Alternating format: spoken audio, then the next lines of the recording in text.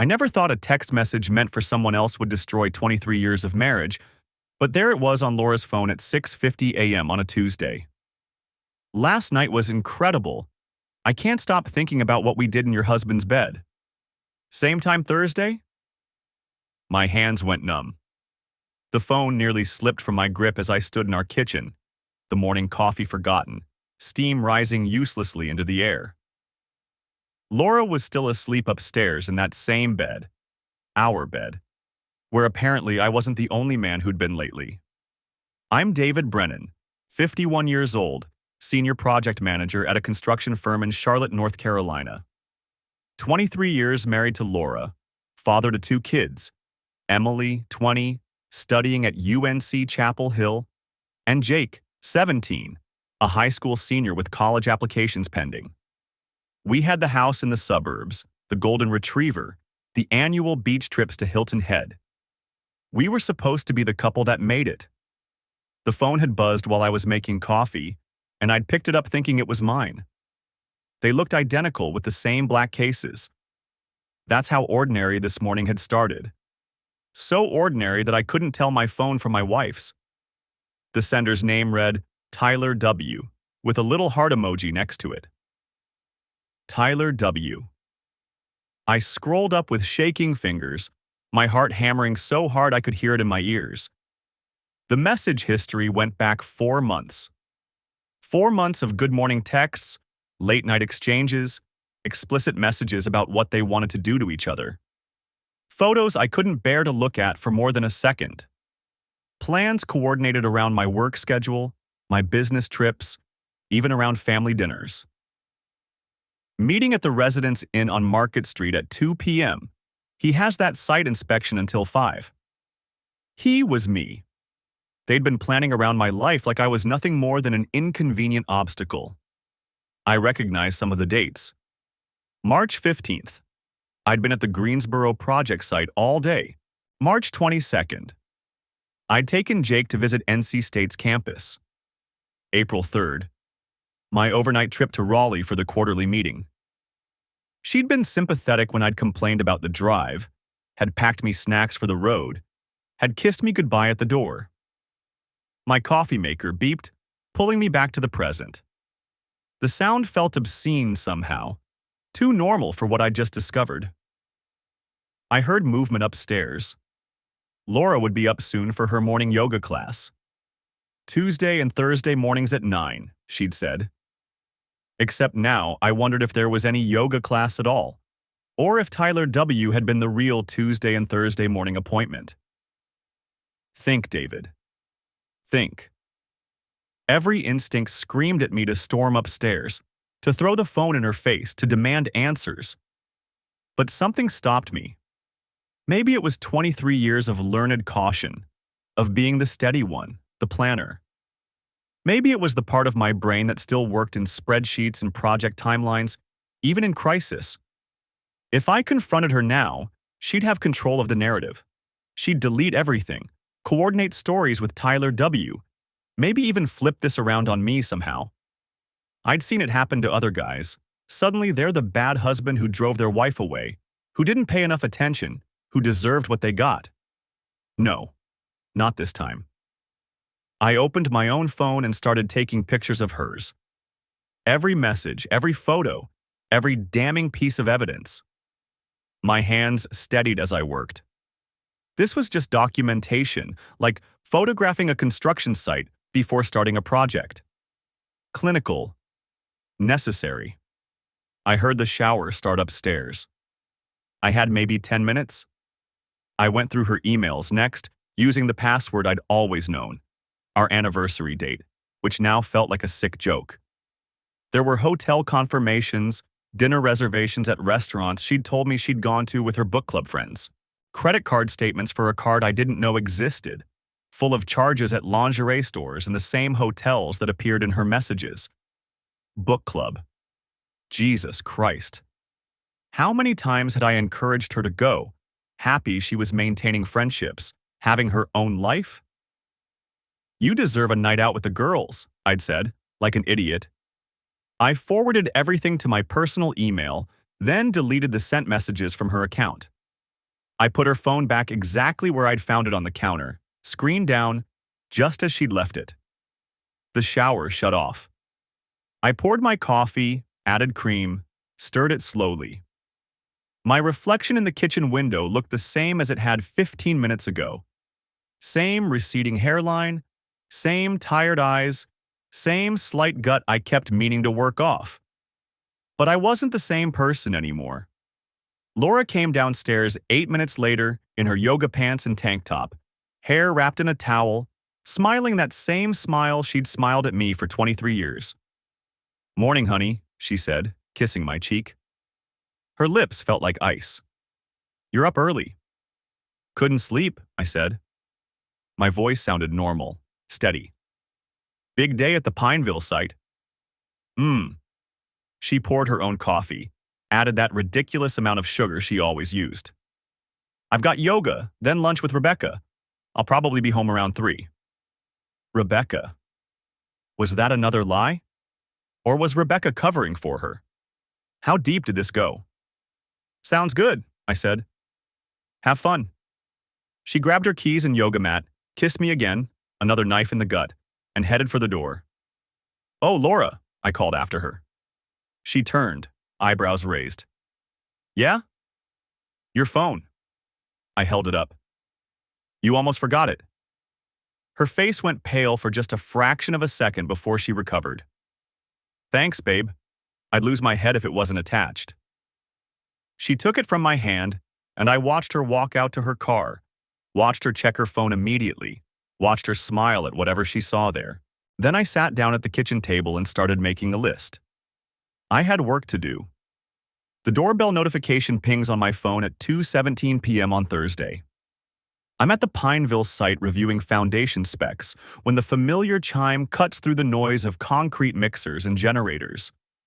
I almost ignore it. We get deliveries all the time. Amazon boxes, grocery orders, the occasional certified letter. But something makes me pull out my phone. Maybe it's the timing. Laura mentioned this morning she'd be taking a nap this afternoon. One of her new routines started about 6 weeks ago. She's been so tired lately, she said. Needs to rest during the day. I tap the notification. The video feed loads. Our front porch. The Ring camera I installed last November captures everything in crisp HD. A delivery truck idles at the curb. A guy in the standard brown uniform walks up our steps carrying a small package, maybe the size of a shoebox. He rings the bell. I watch the timestamp tick forward. 5 seconds. 10. 15. The door opens. Laura stands there in her yoga pants and a tank top, hair down, barefoot. She smiles at the delivery guy. Says something I can't hear. The doorbell's audio is decent but not perfect from that distance. He smiles back. Holds out the package and one of those electronic signature pads. Then Laura steps aside and gestures into the house. My hand tightens around the phone. The delivery guy glances back at his truck, hesitates for maybe 2 seconds, then steps inside. Laura closes the door behind him. The video feed shows our empty porch. The package sits forgotten on the welcome mat. The delivery truck continues idling at the curb. I check the timestamp again. 2:17 p.m. I open the Ring app's live view. The porch is still empty. The package still sitting there. The truck still running. 2:19 p.m. 2:21 p.m. At 2:23, I switch to the recorded footage and scroll back. Watch it again. Laura's smile. The way she touches her hair. The deliberate gesture inviting him inside. The door closing. I save the video to my phone. Forward a copy to my personal email. Download it to 3 different cloud storage accounts. Then I sit in my truck in the Pineville parking lot and stare at the live feed of my empty front porch while my pulse hammers in my ears. The delivery guy emerges at 2:34 p.m., 17 minutes. He adjusts his uniform shirt, picks up the package from the mat, sets it inside the doorway, and jogs back to his truck. Laura appears briefly in the doorframe, just long enough to wave, before closing the door again. I saved that video too. I leave the site at 2:45, telling my crew lead I've got a family emergency. Not a lie, technically. Takes me 22 minutes to get home in afternoon traffic. I park 2 houses down. Same spot where I've started parking since Tuesday morning. Where I can see our driveway but stay out of sight. Laura's car sits in the garage, right where it should be. I pull out my phone and open the Ring app. Our doorbell has this feature. You can trigger the chime remotely. Press a button on your phone and the doorbell rings, just like someone standing on the porch. I press it. Through the app, I watch our empty porch. Inside the house, the doorbell chimes. I can hear it faintly even from where I'm parked. I press it again. And again. On the 4th ring, the door flies open. Laura stands there in the same yoga pants, hair now pulled back, face flushed. She looks left, then right, scanning the porch. Nobody there. She steps out onto the welcome mat, checks the sides of the house. I press the button again while she's standing right there. The chime sounds behind her. She jumps, actually jumps, and spins around. Stares at the doorbell camera like it might explain itself. I press it 3 more times in quick succession. Ding dong. Ding dong. Ding dong. Laura backs into the house, confusion turning to something else. Concern, maybe? Or fear. She closes the door. I wait 30 seconds and do it again. Long, continuous rings, like someone's leaning on the button. My phone buzzes. Text from Laura. Are you doing this? I don't answer. The doorbell rings again. And again. I hold the button down for a full 10 seconds. Another text. David, stop. This isn't funny. I open the Ring app's settings. Find the feature I'm looking for. You can broadcast audio through the doorbell's external speaker. Usually it's for talking to delivery people or telling solicitors to go away. I select the video from 2:17 p.m., the one of Laura opening the door, inviting the delivery guy inside. The app lets me play recorded footage through the speaker. I press play. From my truck, I can't hear it, but I can imagine it. Laura's voice tinny through the outdoor speaker, saying whatever she said to that delivery guy. The sound of the door closing. Then silence. Then, 17 minutes later, the door opening again. I set it to loop. My phone rings. Laura's name on the screen. I decline the call. It rings again immediately. Decline. A text. Stop right now.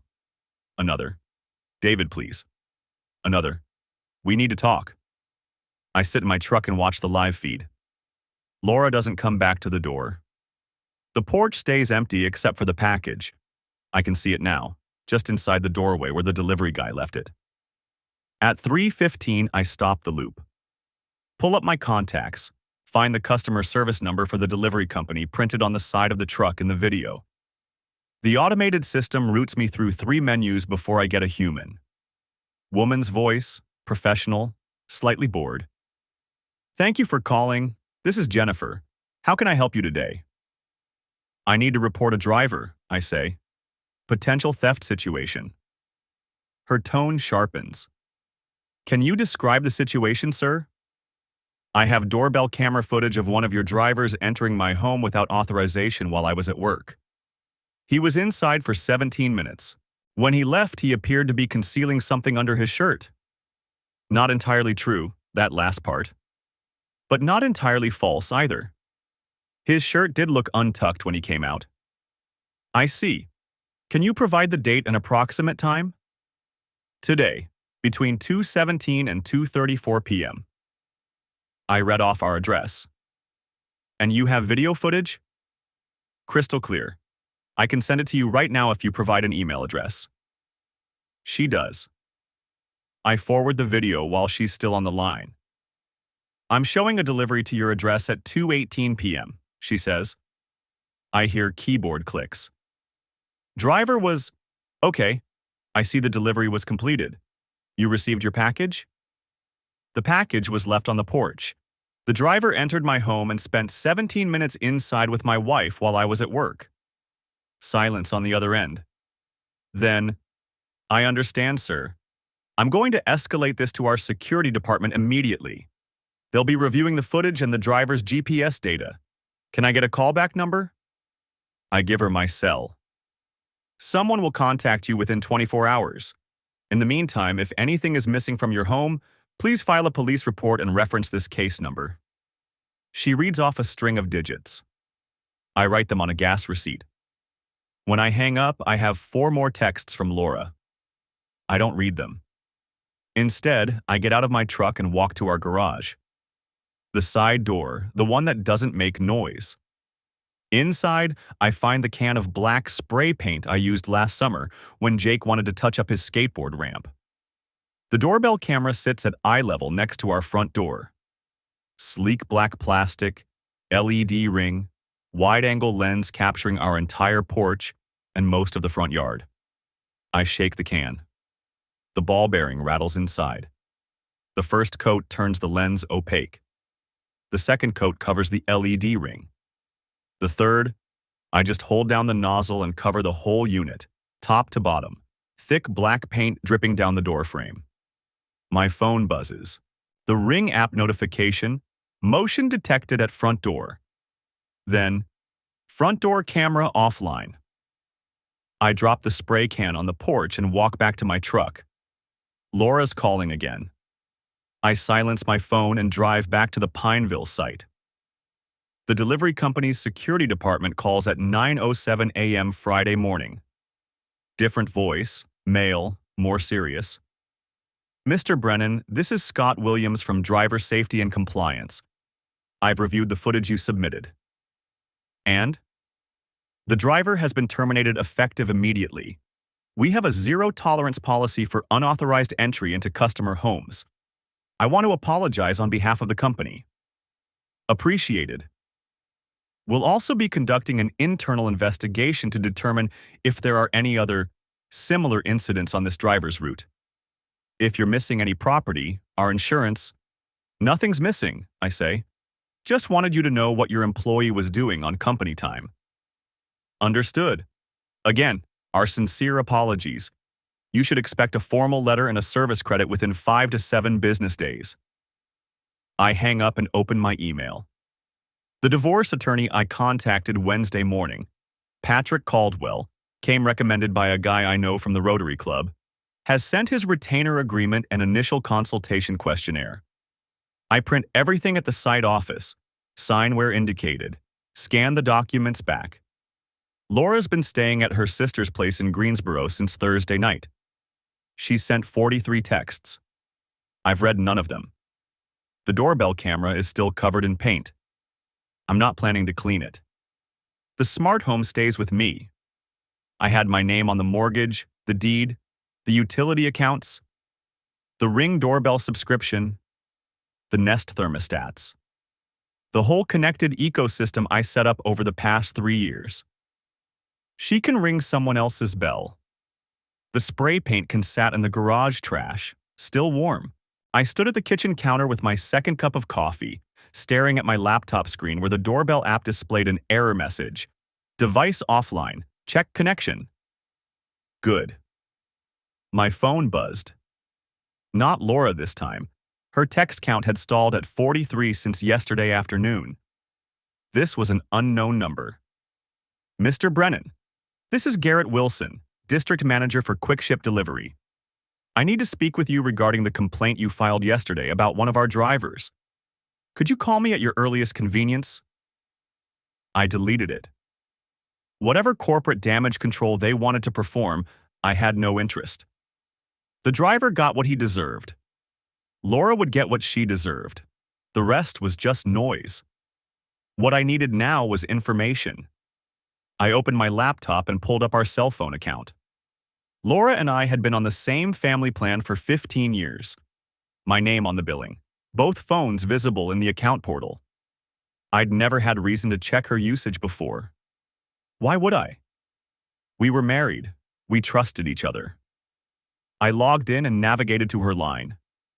The call log loaded slowly, line by line. 3 months of data. I set my coffee down and leaned closer. Tyler W.'s number appeared 247 times. Calls ranging from 2 minutes to 47 minutes.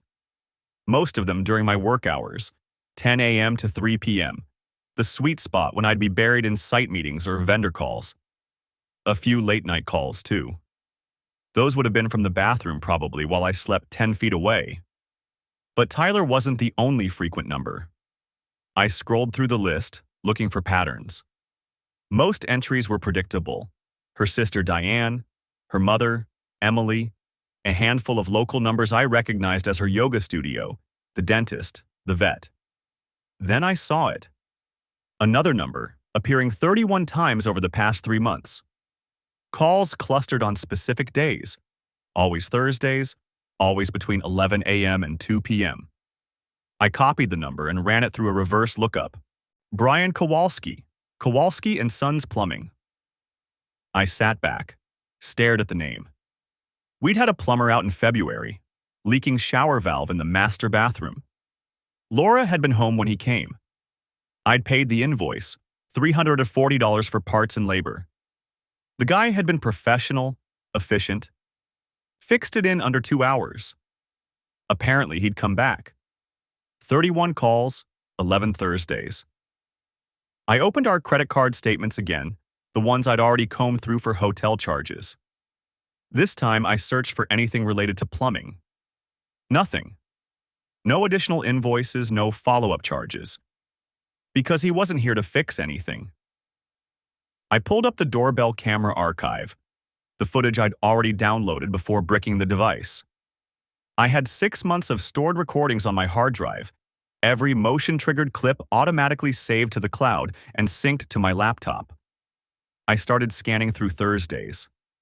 February 15th, 11:14 a.m. A white van pulls into the driveway. Kowalski and Sons Plumbing, printed on the side. A man in his 30s steps out. Dark hair, work boots, tool belt. Laura opens the door. She's smiling, wearing yoga pants and a fitted top. They talk for a moment, then he follows her inside. 12:52 p.m. The van pulls away. An hour and 38 minutes. February 22nd, 11:09 a.m. Same van. Same man. Same smile from Laura. Same yoga pants. 1:17 p.m. Van leaves. 2 hours, 8 minutes. March 7th. March 14th. March 21st. March 28th. Every single Thursday like clockwork. The sessions got longer each time. By April, he was staying past 2 p.m. I clicked through to April 18th, last Thursday, just 6 days ago. 11:03 a.m. Van arrives. But this time, when Laura opens the door, she's wearing something different. A dress, makeup, hair done. The clip showed them talking on the porch for a few seconds before she stepped aside to let him in. Just before the door closed, I caught it. His hand on the small of her back, guiding her inside. 2:47 p.m. Van leaves. 3 hours, 44 minutes. I closed the laptop and pressed my palms against my eyes. 2 of them. At least 2. Tyler W. and Brian Kowalski. Maybe the delivery driver made 3, or maybe that was just opportunistic. A one-time thing when the regular Thursday appointment didn't scratch the itch. How many others? How long? My phone buzzed again. This time it was Laura. David, please, I know you're angry. I know I screwed up, but we need to talk. We can fix this. Please just call me. I read it twice, then set the phone down. Fix this. As if this were a leaking valve. As if she could call in a professional to patch it up and make it good as new. I pulled up Brian Kowalski's business page. The website was bare bones. Contact info, services offered, a handful of generic stock photos. No personal details. But the About Us section had a phone number and an email address. I didn't call. Instead, I composed an email. Mr. Kowalski, I'm writing to inform you that the services you've been providing at my home on Thursday afternoons are no longer needed. My wife will not be requiring any further appointments. Should you attempt to contact her or visit the property again, I will forward documentation of your visits to your wife, Amy Kowalski, whose name I found listed as co-owner of your business on the State Licensing Board website. I trust this matter is now closed. I didn't sign it. Just sent it from a burner email account I created on the spot.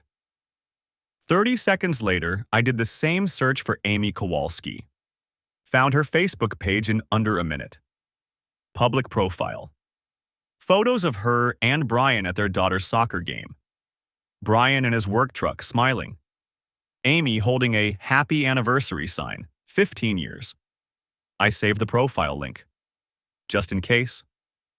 Then I turned my attention back to Tyler W. I'd already screenshotted the text messages, but I hadn't dug into who he actually was. The messages had been enough. Proof of the affair, proof of the timeline, proof of the betrayal. But now I wanted more. I pulled up the screenshots and found the first message where Laura used his full name.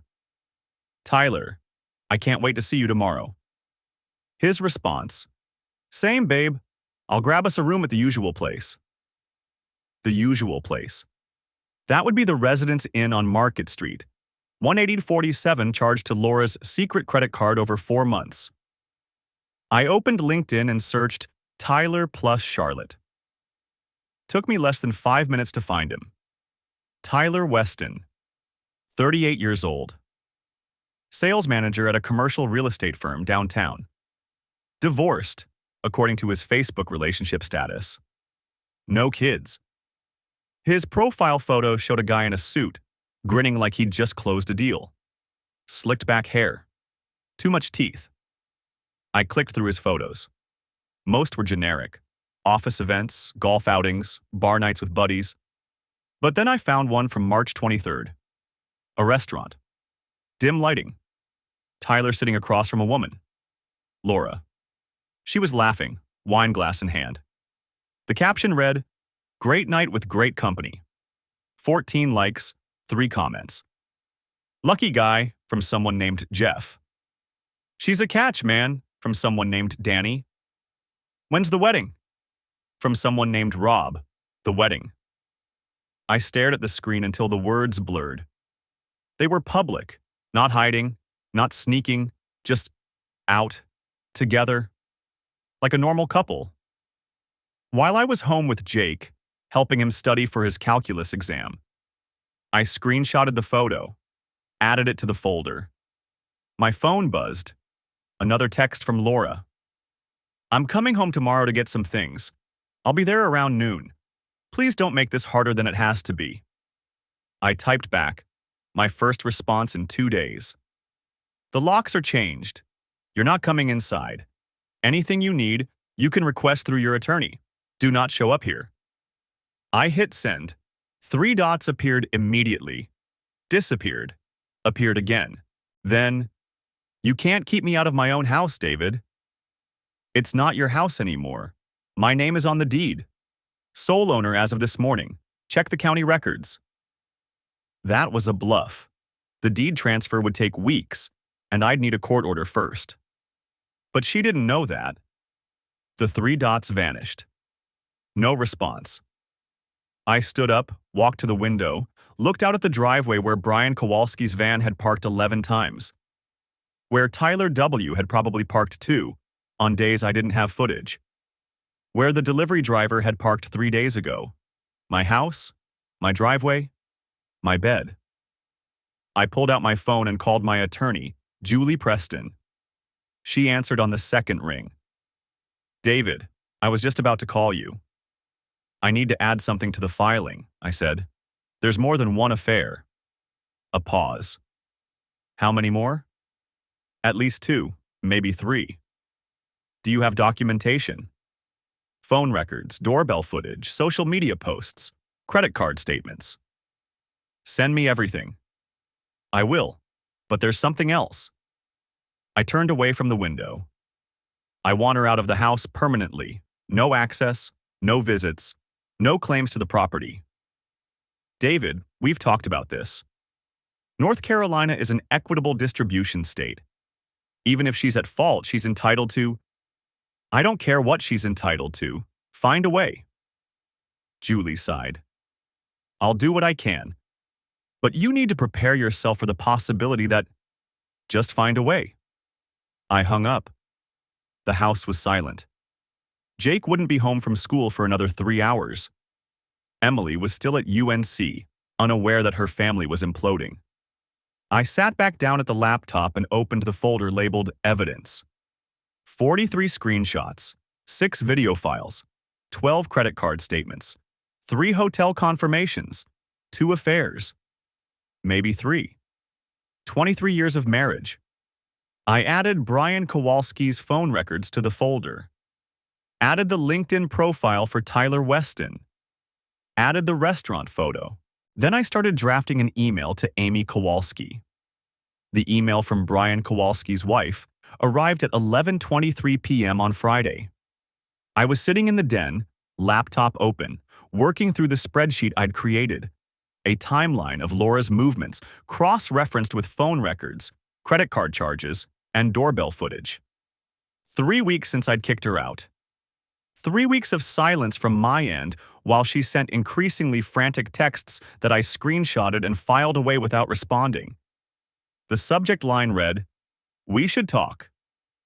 My cursor hovered over it for a full minute before I clicked. Mr. Brennan. I don't know if this email address still works or if you'll even read this. Brian told me what you said to him. He also told me you were lying, that there was nothing between him and your wife, that you're having some kind of breakdown. But I found the burner phone. It was in the garage, hidden inside an old tackle box he hasn't opened in years. I only found it because I was looking for the title to his truck. There are 47 text messages on it, all to the same number, all from March through last week. I called the number. Your wife answered. I'd like to meet. I think we have things to discuss that our spouses would prefer we didn't. Amy Kowalski. She'd included her cell number at the bottom. I read it 3 times. Then I poured myself 2 fingers of bourbon and read it again. The burner phone was new information. That meant premeditation. That meant Laura and Brian had discussed getting caught, had taken active steps to hide their communication. The Thursday afternoon visits I documented were just what I could see.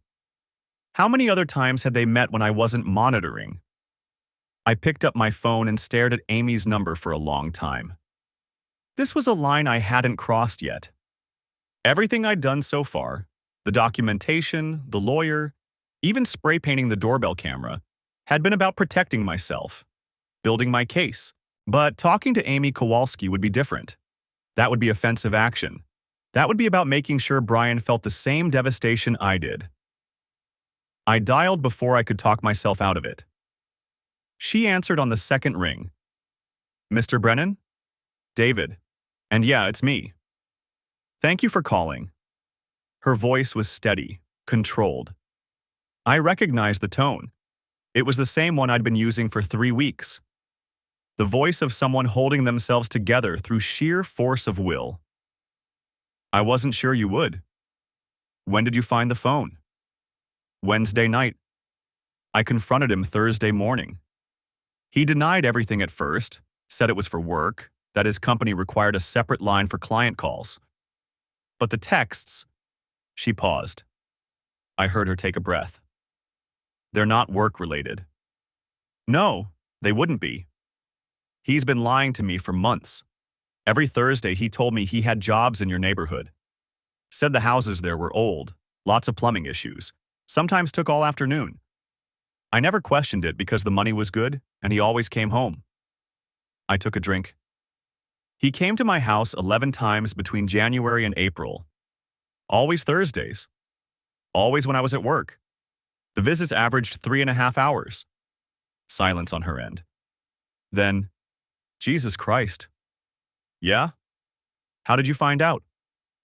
I gave her the abbreviated version. The phone records. The pattern of calls. The doorbell footage I'd reviewed after the delivery driver incident showed Brian's truck in my driveway multiple times, though I'd only started paying attention after I'd discovered Tyler. There's more than one? Amy's voice went flat. At least 2 that I can confirm. Tyler Weston, sales manager, 4-month affair with hotel receipts and public social media photos. And your husband. There was also a delivery driver, but I think that was opportunistic rather than ongoing. How long have you been married? 23 years. You? 16. We have 3 kids, twins who are 13 and a 10-year-old. I closed my eyes. I'm sorry. Are you divorcing her? Yes. Attorneys already filed the paperwork. She doesn't know yet. She thinks I just need time to cool off. She's been staying at her sister's, sending me texts about how we can work through this, how it was a mistake, how much she loves me. I heard the bitterness in my own voice. I haven't responded to a single one. I told Brian I want him out of the house by Sunday. Amy's voice cracked slightly on the last word, the first break in her composure. He's begging me to reconsider.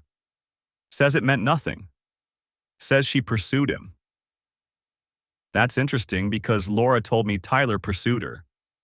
I'm starting to think my wife has a real talent for being pursued. Amy laughed, a short, sharp sound without humor. I looked her up on Facebook. She's pretty. Looks younger than her age. She does yoga 4 times a week, or that's what she told me she was doing. I took another drink. Turns out yoga was code for a lot of different activities. The burner phone has texts from as recently as last Tuesday. They were still in contact even after you confronted her? That hit me like a fist to the gut. I'd kicked Laura out on a Friday. If she'd been texting Brian the following Tuesday, that meant she'd been coordinating with him while simultaneously sending me messages about reconciliation and marriage counseling.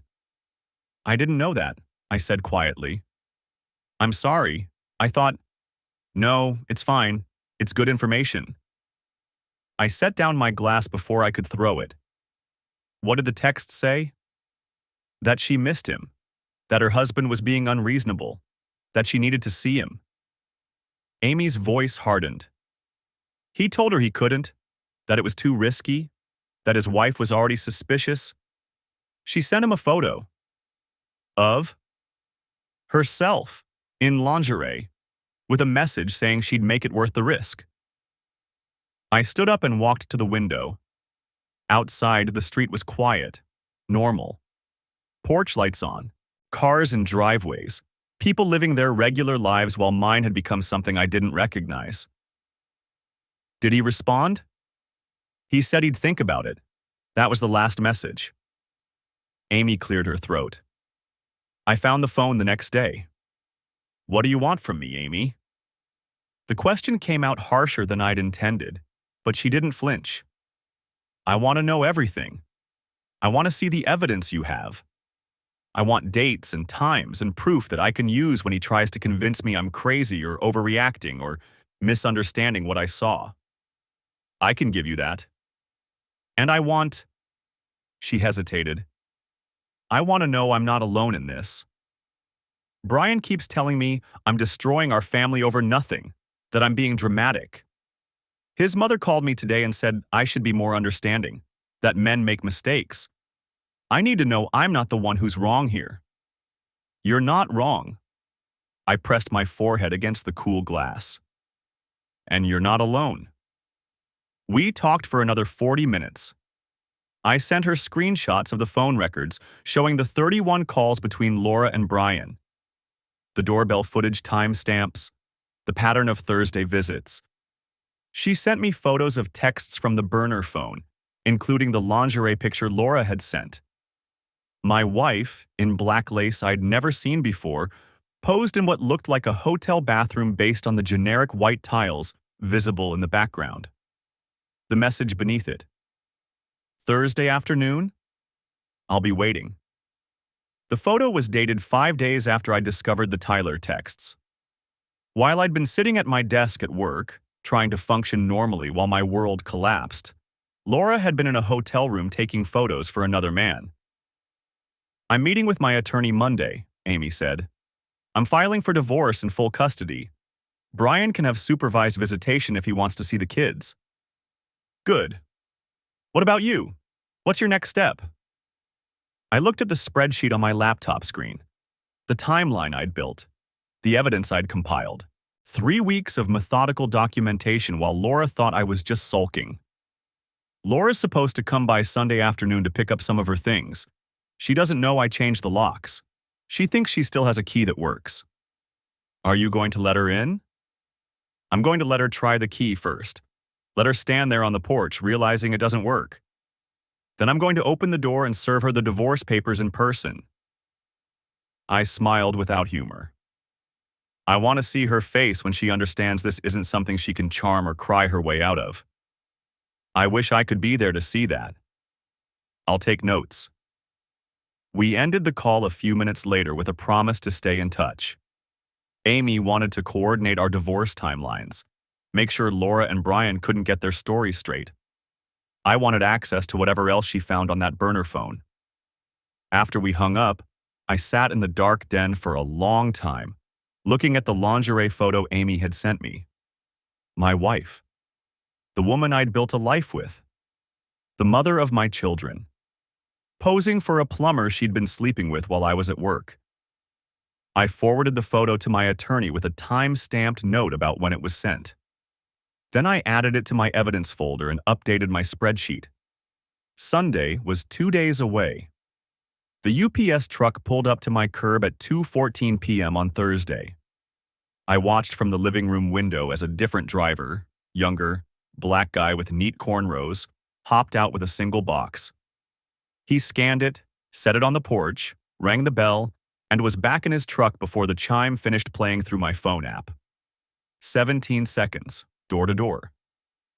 I let the box sit there. Probably something Laura had ordered weeks ago. A throw pillow or scented candles or whatever the hell she'd been buying to decorate the life she was dismantling behind my back. My phone buzzed. Julie Preston. David, got the amended complaint ready for your review.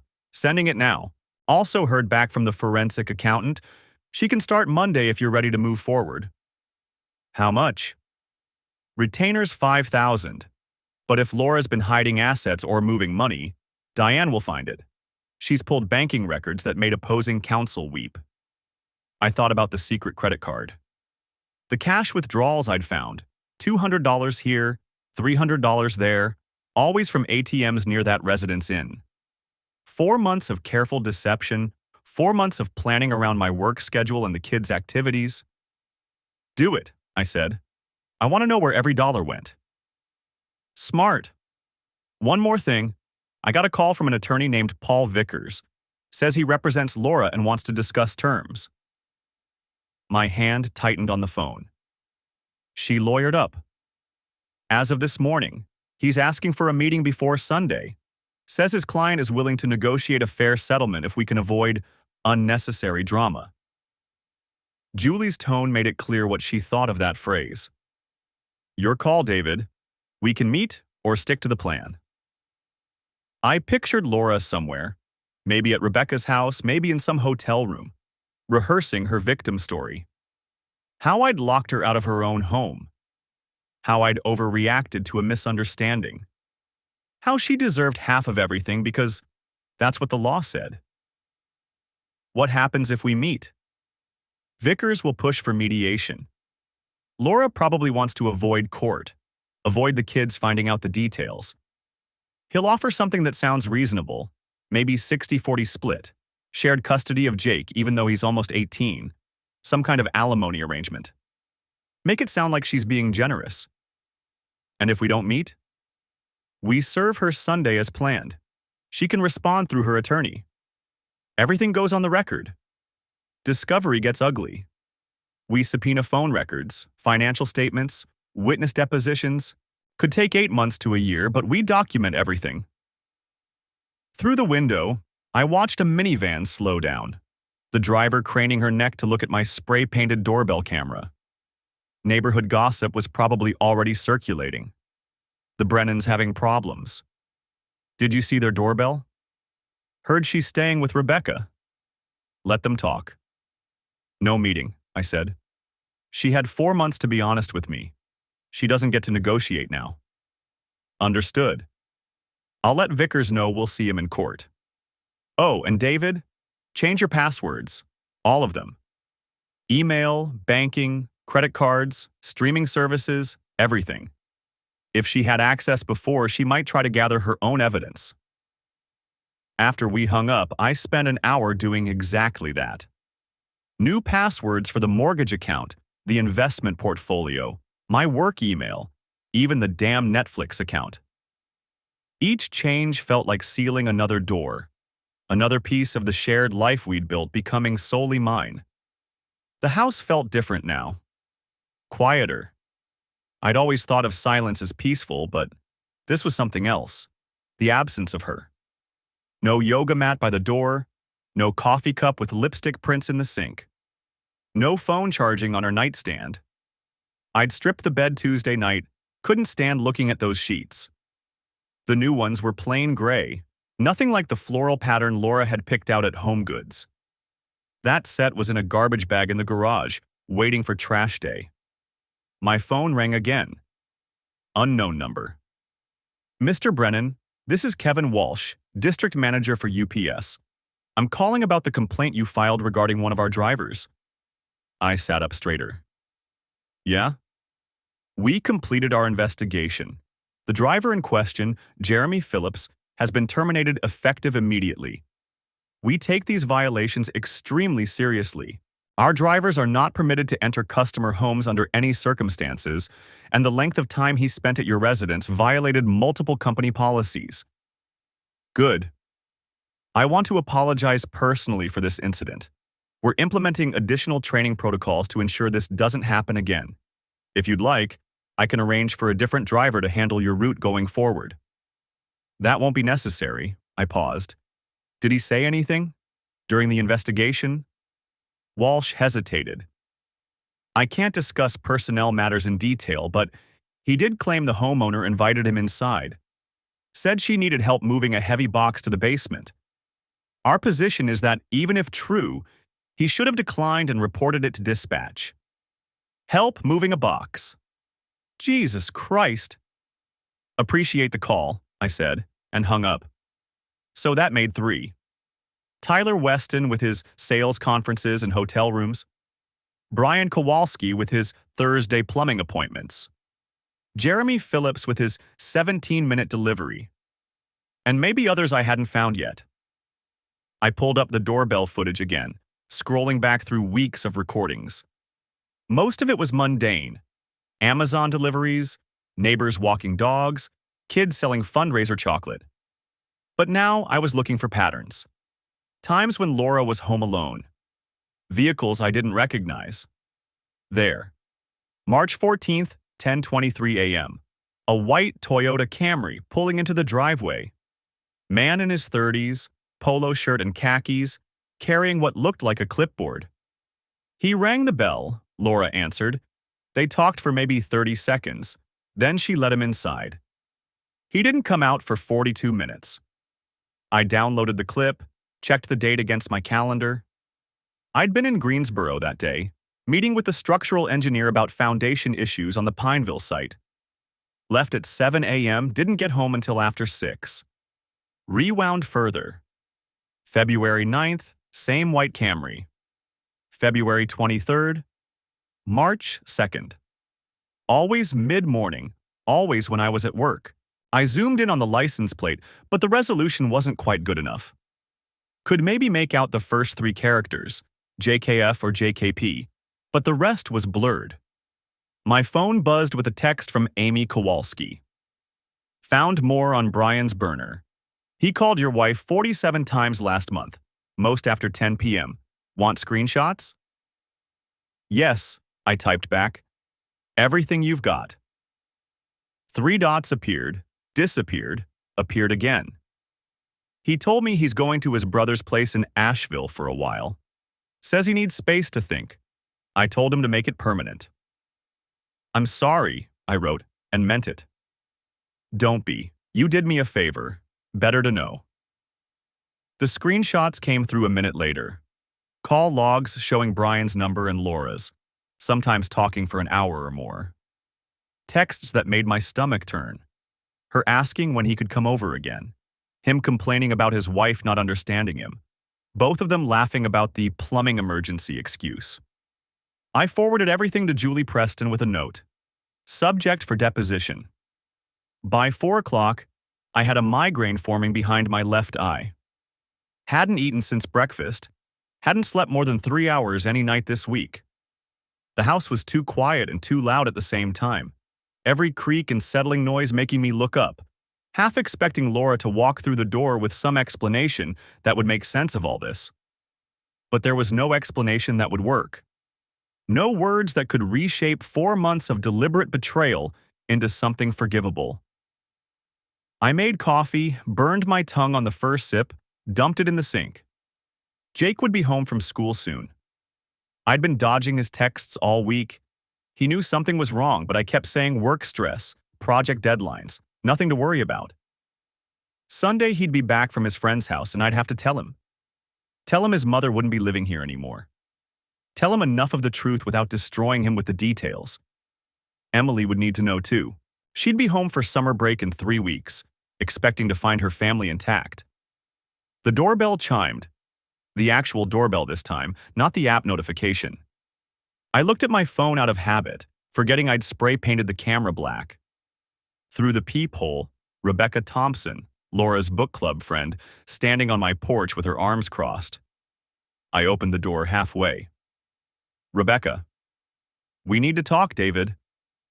The doorbell rings at 7:43 a.m. Saturday morning. I'm in the kitchen with my second cup of coffee, reviewing Amy's latest email. She's found hotel charges on Brian's credit card that match 3 of Laura's girls' weekends.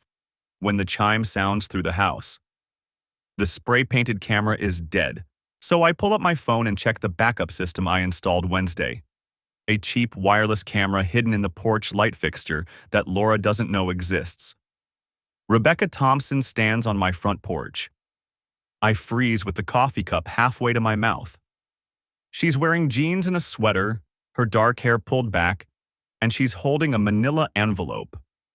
Her expression is serious, almost grim. She glances around the porch, notices the spray-painted doorbell camera, and her mouth tightens. I consider not answering. Whatever she wants, it's going to complicate things. But she rings again, and I can see her shifting her weight, preparing to wait. I open the door but don't unlock the screen. Rebecca. David. She holds up the envelope. Can I come in? I need to talk to you. Laura's not here. I know. I'm here to see you. I study her face through the screen. We've known each other for 15 years. Backyard barbecues, birthday parties, New Year's Eve celebrations. Her husband Mark coaches Jake's rec league basketball team. I've always liked Rebecca. She's direct, no nonsense, the kind of person who says what she means, which makes this worse. Is Laura with you? I ask. No. She's at the Marriott on Tyvala. Has been since Thursday. Rebecca shifts the envelope to her other hand. David, please, 5 minutes. I unlock the screen door and step back. She comes in, glancing around the living room like she's cataloging changes. Everything looks the same. The family photos are still on the mantle. I'll deal with those later. The furniture is exactly where it's always been. Coffee? I ask, more out of habit than hospitality. No, thank you. She stays standing in the entryway. I'm not here as Laura's friend. That gets my attention. I close the door and wait. Rebecca opens the envelope and pulls out a stack of papers. Laura came to my house Thursday night after you changed the locks. She was upset, crying. Said you'd kicked her out over nothing, that you were being paranoid and controlling. That what you think? I thought maybe, for about an hour. She hands me the first paper. Then I started asking questions. Details. The story kept changing. Small things, but enough. She pauses. Mark was at a conference in Atlanta in March, the Hilton downtown. He came home early, cut the trip short because his presentation got moved up. This was March 14th. I look at the paper. It's a hotel receipt. Hilton, Atlanta. March 14th, 15. Room 1247. Mark stayed in room 803, Rebecca continues. But I remembered Laura had mentioned being in Atlanta that same weekend. A spa retreat with college friends. She hands me another paper. So I called the hotel, told them I needed to verify a charge on my husband's corporate card. The second receipt shows room 1247. Guest name, Tyler Weston. My stomach goes cold. Jesus. There's more. Rebecca's voice is steady, but I can hear the anger underneath. I pulled our credit card statements, found charges at restaurants in Charlotte on nights Mark was supposedly working late. I called the restaurants, asked if they kept reservation records. She spreads out 5 more papers on the coffee table. Reservation confirmations, Tyler Weston and Laura Brennan. Different restaurants, different dates. February through April. She used her real name, Rebecca says. Didn't even try to hide it. Like she thought no one would ever check. I sink onto the couch, staring at the papers. Tyler Weston. The name I've seen in text messages, hotel receipts, doorbell footage. But this, having someone else hand me proof, someone from our social circle, makes it real in a different way. Why are you showing me this? I ask. Rebecca sits in the chair across from me. Because Laura called me yesterday, asked if she could stay with us for a while.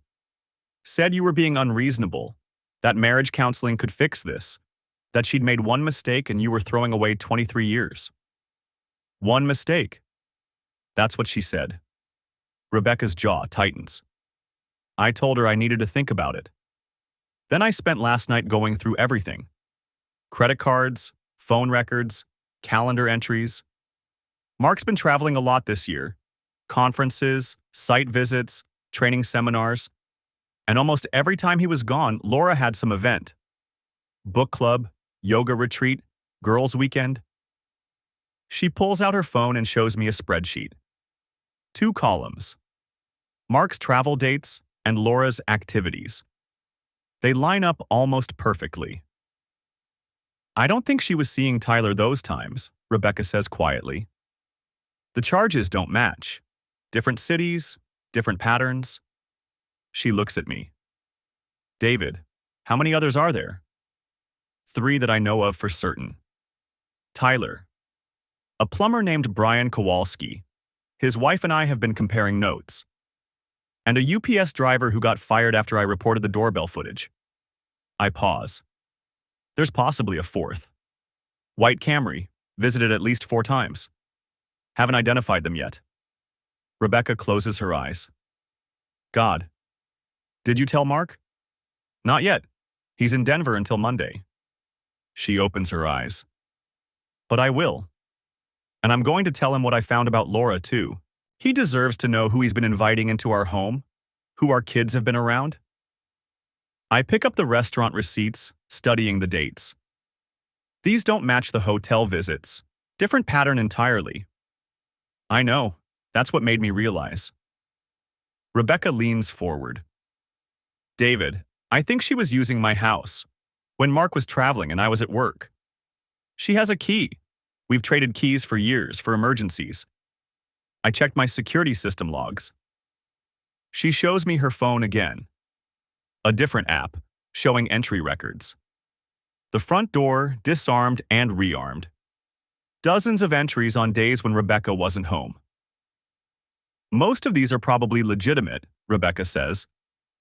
She'd come by to borrow something, or drop off stuff she'd borrowed from me. But look at these. She highlights 6 entries. These are all days Mark was out of town and I was at the office. The system was disarmed for 3 to 4 hours each time. I feel sick.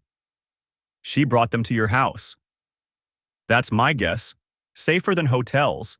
No paper trail, no credit card charges. Just a friend borrowing a cup of sugar.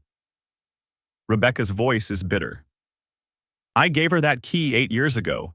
Never thought twice about it. Have you changed your locks? Yesterday afternoon. And I called her last night. Told her she couldn't stay with us. Rebecca stands, gathering the papers. I made copies of everything.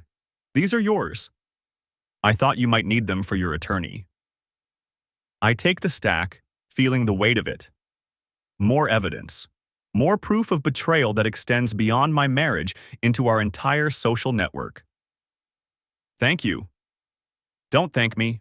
I'm not doing this for you. She heads toward the door, then stops. I'm doing it because I have a daughter. She's 14, and she thinks Laura is amazing, successful, confident, put together. She wants to be like her when she grows up. Rebecca's hand tightens on the doorknob. I need my daughter to understand that actions have consequences, that you don't get to destroy people and then play victim when it falls apart. She opens the door, then looks back at me. Laura's planning something. She kept asking questions Thursday night. Where you were keeping documents, whether you'd talked to an attorney, if you'd told the kids yet. She was fishing. I figured. Be careful. She's cornered, and she knows it. Rebecca steps onto the porch. The divorce papers. When are you serving them? Tomorrow. She's supposed to come by at 2. Good. Rebecca walks down the steps, then turns. One more thing. That white Camry you mentioned? I think I know who it is. My pulse quickens. Who? Laura's personal trainer. Woman named Ashley Grant. White Camry, works at that fancy gym off Providence Road. Rebecca pauses. Mark mentioned seeing them having coffee together a few months ago. Said it seemed intense. I didn't think anything of it at the time. She gets in her car and drives away. I stand in the doorway, holding the manila envelope, watching her taillights disappear down the street. Ashley Grant. A 4th name to add to the list. Maybe a 5th or 6th person I don't know about yet. My phone buzzes. Text from Amy Kowalski. Found something? Can you meet today? I type back, when and where? Panera on Rhea Road. 10 a.m.? I'll be there. I go back inside and spread Rebecca's papers across the dining room table next to my existing documentation. The pattern is becoming clearer. Laura didn't just have affairs, she systematized them. Used our friends' homes, their travel schedules, their trust. Turned our entire social network into cover for her activities. The doorbell camera footage was just the beginning. I met Amy Kowalski at Panera on Rhea Road at 9:52 a.m., 8 minutes early. She was already there, sitting at a corner table with her back to the wall, a manila folder in front of her and a coffee she hadn't touched going cold. She looked like I felt, exhausted, hollowed out, running on nothing but momentum and spite. Thanks for coming, she said as I sat down. What did you find? She opened the folder and slid a bank statement across the table. Brian had a separate account, just his name. I found the statements in his truck yesterday when I was cleaning it out to sell. I scanned the entries. Regular deposits, $200, $300, sometimes $500, always in cash, always on Fridays. The withdrawals were more interesting. Hotels I recognized from Laura's credit card statements. Restaurants. A jewelry store charge for $847. He was paying for dates, I said. Not just with your wife? Amy pointed to a hotel charge from February. That's the weekend he told me he was in Wilmington for a plumbing conference. I called the hotel. They had no record of any conference, but they did have a reservation for Brian Kowalski and guest. Laura was with her sister that weekend. I talked to Diane on the phone. Then who was Brian with? Amy pulled out another statement. Because there are 4 other hotel stays here. Different cities. Always weekends. And your wife's car has a GPS tracker. I checked with her insurance company after you mentioned the doorbell footage. She wasn't in any of those cities on those dates. The coffee in my stomach turned to acid. He was seeing someone else too. Multiple someone else's, I think. Amy's hands were shaking slightly. 16 years, 3 kids. And I was just... What? The stable home base while he played around? I thought about Laura's texts to Brian after I'd kicked her out. How she'd sent him lingerie photos while simultaneously texting me about marriage counseling. How she'd called him 47 times in 1 month while living at her sister's house, supposedly devastated about our separation. They're all the same, I said quietly. It's not about us. It's about them needing something we can't see. Something broken inside that no amount of loyalty or love or years together can fix. Amy wiped her eyes. I filed yesterday. Full custody, no alimony, I get the house. My attorney says Brian's going to fight it. Let him. You've got documentation. So do you. She slid another paper across the table. I made you a copy of everything. Bank statements, hotel records, the texts from the burner phone. Your attorney can use it to establish a pattern. I took the papers and added them to my own folder. The weight of evidence was becoming substantial. Phone records, doorbell footage, credit card statements, witness testimony from Amy and Rebecca, hotel reservations, restaurant receipts. 23 years of marriage reduced to a paper trail of deception. Tomorrow's Sunday, Amy said. You're really going to serve her? 2:00. She thinks she's coming to pick up some clothes. I wish I could be there. You've got your own situation to handle. She nodded and stood up. David, when this is over, when the lawyers are done and the paperwork is filed and you're sitting alone in that house, it's going to hit you differently. Not the anger, the grief. I know. I'm not sure you do. She picked up her folder. Anger is easy. Anger keeps you moving. But eventually you'll wake up and realize you're 51 years old and starting over, and the person you thought you'd grow old with was never real. That's the part that breaks you. She left before I could respond. Sunday arrived cold and gray, the kind of March afternoon that couldn't decide between winter and spring. I spent the morning cleaning the house, not because it was dirty, but because I needed something to do with my hands. Jake was at a friend's house. Emily was still at school, unaware. I'd tell them both after this was done. At 1:47 p.m., my phone buzzed. Laura. I'm leaving Diane's now.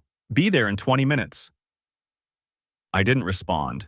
I'd laid out the divorce papers on the dining room table, right next to the folder containing every piece of evidence I'd compiled. 3 weeks of documentation. 3 weeks of discovering that my marriage had been a carefully maintained fiction. At 2:03, I watched through the new hidden camera as Laura's car pulled into the driveway. She sat there for a moment, checking her makeup in the rearview mirror before getting out. She was wearing jeans and a sweater, her hair down, minimal makeup, the approachable wife look, the let's work this out costume. She walked up to the door and tried her key. It didn't work. She tried again, jiggling it, her expression shifting from confusion to frustration. She rang the doorbell, the new one I'd installed after spray painting the old camera. Through the hidden camera, I watched her practice her expression, concerned, hurt, ready to be reasonable. I opened the door but left the screen locked. David. Her voice was soft, tentative. Thank you for agreeing to see me. I didn't agree to anything. You said you were coming to get your things. I also want to talk. Please. Can I come in? No. Her face fell. David, we've been married 23 years. You're going to lock me out of my own house? It's not your house. My name is on the deed, and you made your choices about where you wanted to spend your time. I made a mistake. One mistake. With Tyler. I was lonely and he paid attention to me and I... Stop. I held up my hand. Just stop. I'm not doing this. Doing what? Listening to you lie. I pushed open the screen door just enough to hand her the divorce papers. You're being served. She took them automatically, her eyes widening as she read the first page.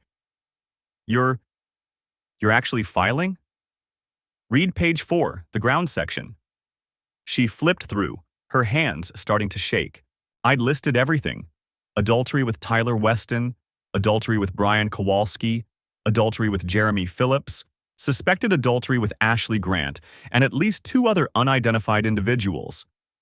Dates, locations, documentation references. This is... She looked up at me, her face pale. You can't prove any of this. I can prove all of it. Phone records showing 247 calls to Tyler over 4 months. Doorbell footage of Brian Kowalski visiting 11 times, staying an average of 3.5 hours. Hotel receipts. Restaurant reservations. Text messages. Photos. I paused. Including the one you sent Brian 5 days after I found out about Tyler. The lingerie shot. His wife found it on his burner phone. Laura's mouth opened and closed. You talked to Amy? We've been comparing notes. Turns out Brian was keeping records too. Every date you two had. Every hotel. Every lie you told about yoga class or book club or girls' weekend. I pulled out my phone and showed her the spreadsheet Amy had sent. You used Rebecca's house. While Mark was traveling, you had a key. Rebecca gave me that key.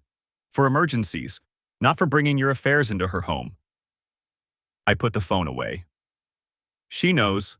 She found the security system logs. She's the one who identified Ashley Grant, by the way. Your personal trainer, white Camry. Visited 4 times that I have on camera. Laura sat down on the porch steps, the divorce papers crumpling in her hands. I never meant... It wasn't supposed to be like this. What was it supposed to be like? I don't know. Something that made me feel alive again. Something that was just mine. She looked up at me, and I saw tears on her face. Real ones, maybe. Or maybe just another performance. You were always at work. The kids were growing up. I was just... Laura. The wife. The mother. Nobody. So you decided to be somebody's mistress instead. Multiple somebodies. It wasn't like that. Then what was it like, Laura? Explain it to me. Make it make sense. I leaned against the door frame. You had 4 months to tell me the truth. 4 months while you were planning around my schedule, using our friends' homes, spending money on secret credit cards. You could have said something, asked for counseling, filed for divorce yourself if you were that unhappy. I didn't want a divorce. You wanted everything. The stable marriage, the nice house, the family everyone admired. And you wanted the excitement of sneaking around, the validation of men who didn't know the real you. I shook my head. You can't have both. That's not how life works. She wiped her eyes. What about the kids? What about them? They need their mother. You can't keep them from me. I'm not keeping anyone from anyone. Emily's an adult. Jake's almost 18. They'll make their own choices about who they want in their lives once they know the truth. You're going to tell them? Her voice went sharp. You're going to poison them against me? I'm going to tell them their mother had multiple affairs over several months, and that's why we're getting divorced. I'm not going to give them details unless they ask. But I'm not going to lie to protect you either. Laura stood up, anger replacing the tears. You self-righteous bastard. You think you're perfect? You were never home, never paid attention, never asked what I needed. You're right. I worked too much. I should have been more present. I met her eyes. But I didn't sleep with other people. I didn't systematically deceive you for months. I didn't use our friends and our home and our marriage as cover for betrayal. I want half of everything. The house, the retirement accounts, the read page 7, the asset division proposal. She flipped through the papers again. I watched her face change as she read. You're offering me 20%? That's insane. North Carolina is an equitable distribution state. I'm entitled to... You're entitled to what a judge decides is fair after reviewing evidence of your adultery. My attorney thinks we can make a strong case that your affairs constitute economic misconduct. You spent marital assets on hotels, gifts, and maintaining relationships with multiple partners. That affects the distribution calculation. I'll fight this. Good. Discovery should be interesting. We'll subpoena Tyler, Brian, Jeremy, Ashley. Get their testimony on record. Your friends will be called as witnesses. Rebecca's already agreed to testify about the security system logs. Amy Kowalski has Brian's bank statements and burner phone records. I paused. Everything will be public record. Everyone will know. Her face went white. You wouldn't. I don't want to. That's why I'm offering you 20% and a clean break. You take what's in the proposal, we file no fault, and the details stay private. You fight me, and I document everything in court. This is blackmail. This is consequence. I stepped back into the house. You've got 72 hours to accept the offer. After that, we do this the hard way. David, please. I closed the door. Through the hidden camera, I watched her sit on the porch steps for another 10 minutes, crying into her hands. Then she got up, walked to her car, and drove away. Laura accepted the settlement offer 68 hours later, 3 hours before the deadline. Her attorney sent the signed agreement with a terse cover letter, noting that his client maintained her innocence but wanted to avoid unnecessary litigation. The divorce was finalized 4 months later on a Thursday morning in a courtroom that smelled like floor polish and old coffee. Laura didn't attend. Her attorney appeared on her behalf. The judge reviewed the settlement agreement, confirmed we'd both signed, and declared our marriage dissolved after 23 years. I walked out of the courthouse at 10:47 a.m. and sat in my truck in the parking lot, waiting to feel something. Relief, vindication, freedom. Instead, I just felt tired. Jake moved to NC State in August. Emily graduated from UNC Chapel Hill the following spring. They both maintained relationships with Laura, though I noticed the phone calls got shorter and less frequent over time. I never asked what they talked about. Never tried to influence their feelings. Emily told me once, about a year after the divorce, that Laura had tried to explain. Had said she'd been lost, confused, going through something she didn't understand.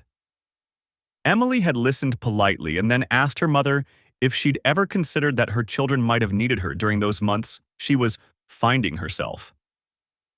Laura didn't have a good answer. Amy Kowalski and I stayed in touch. Not romantically, neither of us was ready for that. Maybe never would be. But we'd text occasionally, checking in. She'd send me updates about her kids' soccer games. I'd send her photos of Jake's college apartment, Emily's graduation. 2 years after our divorces were finalized, she sent me a photo of her new house. Smaller than the one she'd shared with Brian, but hers. Entirely hers. Starting over at 43, she wrote, "Never thought I'd be here." "How does it feel?" I asked. "Lonely, scary, free." I understood exactly what she meant. I sold the house 3 years after the divorce. Couldn't stand living there anymore. Couldn't stop seeing Laura opening the door for Brian, for Tyler, for whoever else I never found out about. Every room held a ghost of the life I'd thought we were building. The new place is smaller, a condo in South End, near the light rail. No yard to maintain, no doorbell camera to monitor. Just me and the life I'm building now, one day at a time. Some nights I still wonder if I could have seen it coming, if there were signs I missed, red flags I ignored because I was too busy working or too comfortable in my assumptions. But that way lies madness, the endless loop of what-ifs and should-haves that changes nothing. The truth is simpler and harder. Some people are broken in ways you can't fix. Some people will choose deception over honesty, excitement over stability, the thrill of betrayal over the quiet satisfaction of commitment. Not because you failed them, because something inside them is missing, and they spend their lives trying to fill it with other people's attention. You can't love someone into being whole. You can't trust someone into being trustworthy. You can only decide what you're willing to accept and what you're not. I chose not to accept it. I ran into Rebecca at a coffee shop last month. She was with her daughter, 15 now, taller than her mother, wearing a soccer uniform. We talked for a few minutes, the conversation carefully pleasant, avoiding the obvious. As they were leaving, Rebecca's daughter turned back. "Mr. Brennan, my mom told me what happened with your wife. I just wanted to say I'm sorry." "Thank you, sweetie. That's kind of you. Mom says you did the right thing, standing up for yourself, not letting people treat you badly just because you love them." She glanced at her mother, then back at me. "I'm trying to remember that, for when I'm older." After they left, I sat in the coffee shop for a long time, staring at my laptop without seeing it. Maybe that's the point of all this. Not the revenge or the justice or the satisfaction of being right, but the example we set, the line we draw, the message we send to the people watching, especially the young ones, about what we're willing to tolerate and what we're not. Love isn't supposed to destroy you. Marriage isn't supposed to be a cover story for betrayal. Trust isn't naive. It's the foundation of everything good we build together. And when someone breaks that trust systematically, deliberately, repeatedly, the loving thing to do for yourself, for your children, for everyone involved is to walk away. Not because you're giving up, because you're choosing yourself. Because you're teaching the people who matter that their worth isn't determined by someone else's capacity for honesty.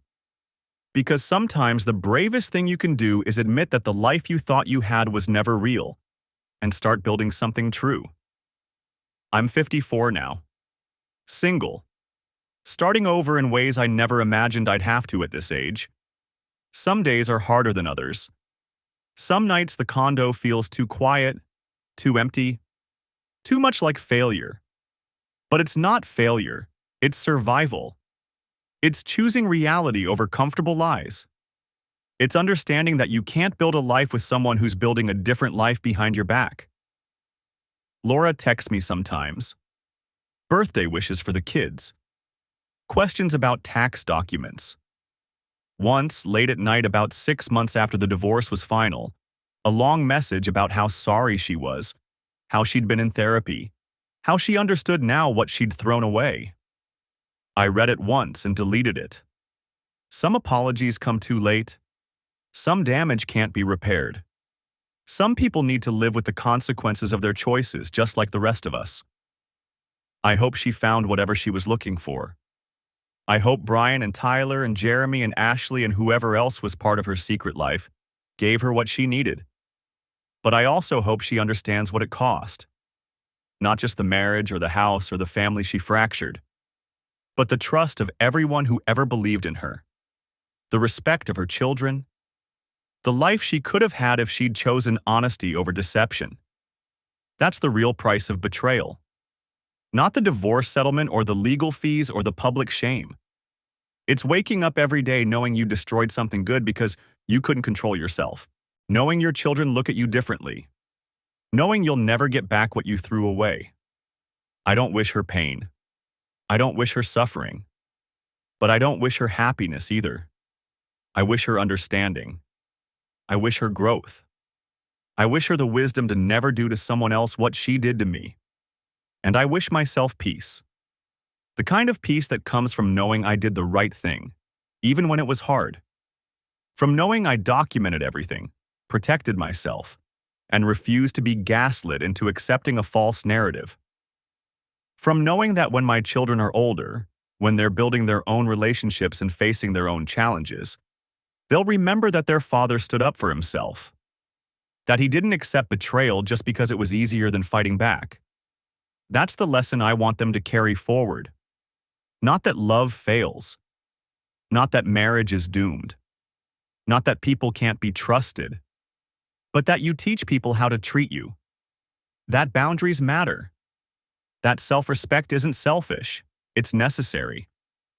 That sometimes the most loving thing you can do is walk away from someone who's hurting you, even if you still love them. Especially if you still love them. Because love without honesty is just a pretty lie.